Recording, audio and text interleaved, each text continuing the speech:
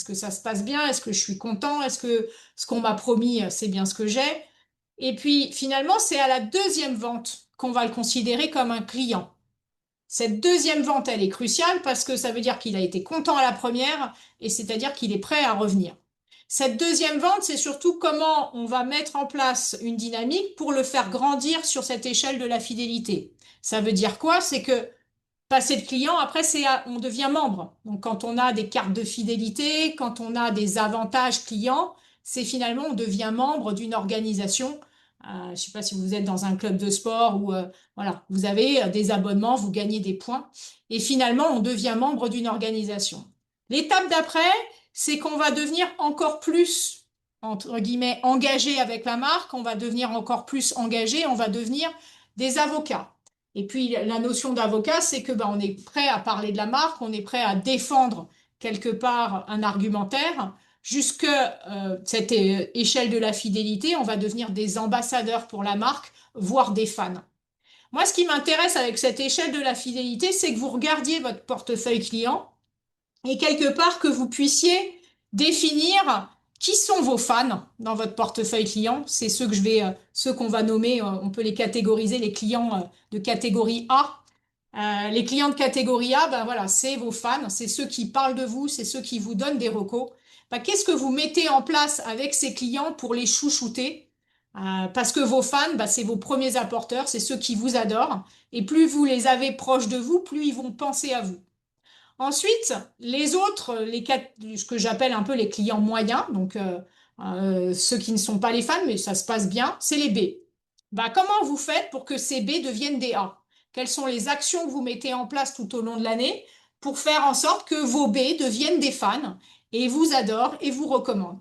Puis après, on a des clients qui sont plutôt C, donc on va dire que c'est des clients qui sont plutôt à éduquer, qui sont pas faciles. Donc ça, est-ce qu'on peut les faire passer en B?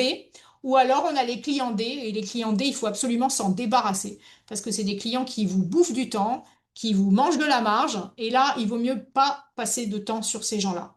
Donc je vous invite à regarder aussi votre fichier client et à vous poser ces réflexions sur quelles sont mes stratégies et comment j'ai envie d'avancer sur chacune de ces catégories. Je vous laisse noter dans le chat les bonnes idées pour améliorer le nombre de transactions.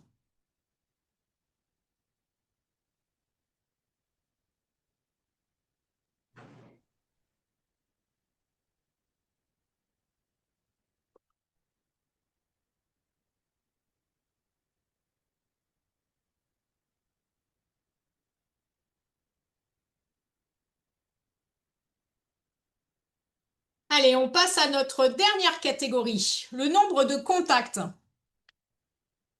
Alors, allez-y dans le chat. Qu'est-ce que vous pouvez faire pour augmenter le nombre de contacts?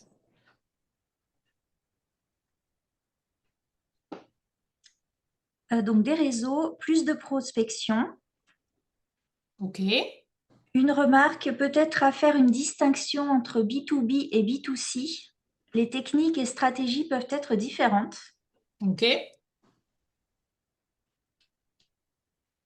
Un événement pro, du SEO, des emails, réseautés, distribution de flyers.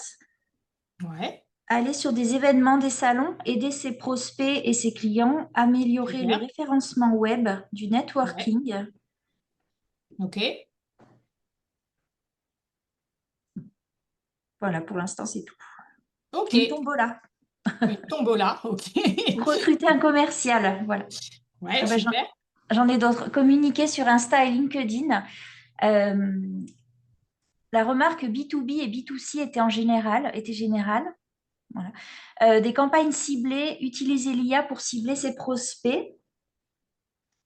Ok, super. Voilà.